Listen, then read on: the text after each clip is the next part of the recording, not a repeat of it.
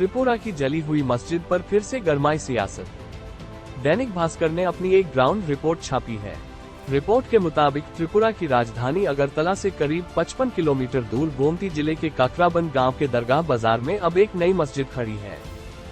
इससे बस 5 फीट दूरी पर ही 19 अक्टूबर 2021 को एक पुरानी मस्जिद को जला दिया गया था।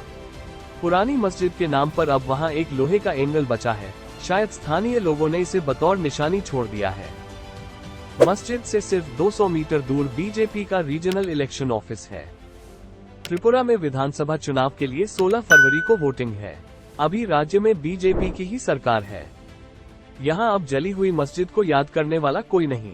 मामले में सभी आरोपी बेल पर बाहर आ चुके हैं।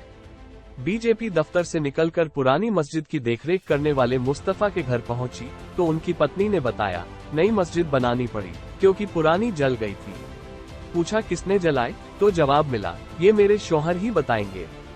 मुस्तफा शायद उन 2 महिला पत्रकारों समृद्धि सकुनिया और स्वर्णा झा का जिक्र कर रहे थे, जिन्हें 14 नवंबर 2021 को त्रिपुरा पुलिस ने हिरासत में ले लिया था।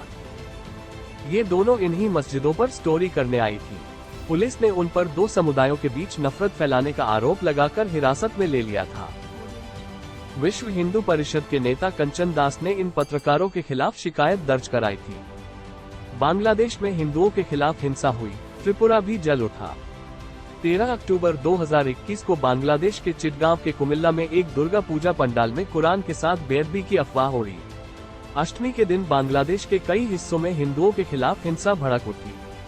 इसकी शुरुआत ढाका से 100 किलोमीटर दूर कुमिल्ला शहर से हुई थी। पूजा मंडप तोड़ने का सिलसिला बाद में ढाका, फेनी, किशोरगंज, चांदपुर समेत बांग्लादेश में कई जगह नजर आया।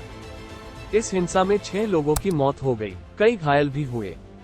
बांग्लादेश में हुए हमलों के विरोध में 21 अक्टूबर को हिंदूवादी संगठनों, खासकर वीएचपी, ने साउथ त्रिपुरा के अगरतला और नॉर्थ त्रिपुरा जिले के धर्मनगरा में रैली की।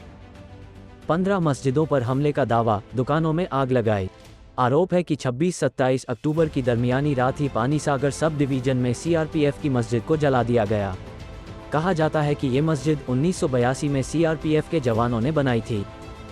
सरकार आज भी नहीं मानती, कहीं कोई मस्जिद जली थी। 13 नवंबर को मिनिस्ट्री ऑफ होम अफेयर्स ने प्रेस इन्फॉर्मेशन ब्यूरो पीआईबी के जरिए सूचना जारी कर दरगाह बाजार की मस्जिद जलाए जाने की खबर को झूठ बताया था। इस सूचना में ये भी कहा गया था कि त्रिपुरा में कहीं भी कोई मस्जिद नहीं जलाई गई है। आरोपियों की गिरफ्तारी और रिहाई साथ साथ हुई।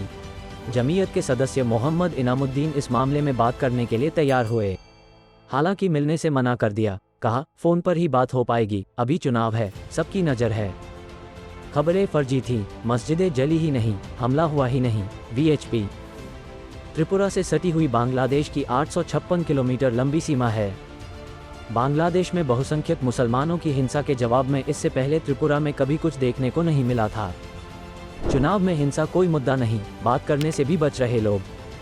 सीपीएम के मैनिफेस्टो के दूसरे पेज के सबसे आखिर में दरगाह और मस्जिदों से कब्जा छुड़ाने का वादा किया गया है, लेकिन जली हुई मस्जिद के दोषियों को सजा दिलाने का जिक्र तक नहीं है। त्रिपुरा की तरह असम में भी चुनाव है, यहाँ बाल विवाह करने वालों के खिलाफ अभियान चल रहा है। इसके विवाद पर पढ़िए ये ग्राउंड रिपोर्ट।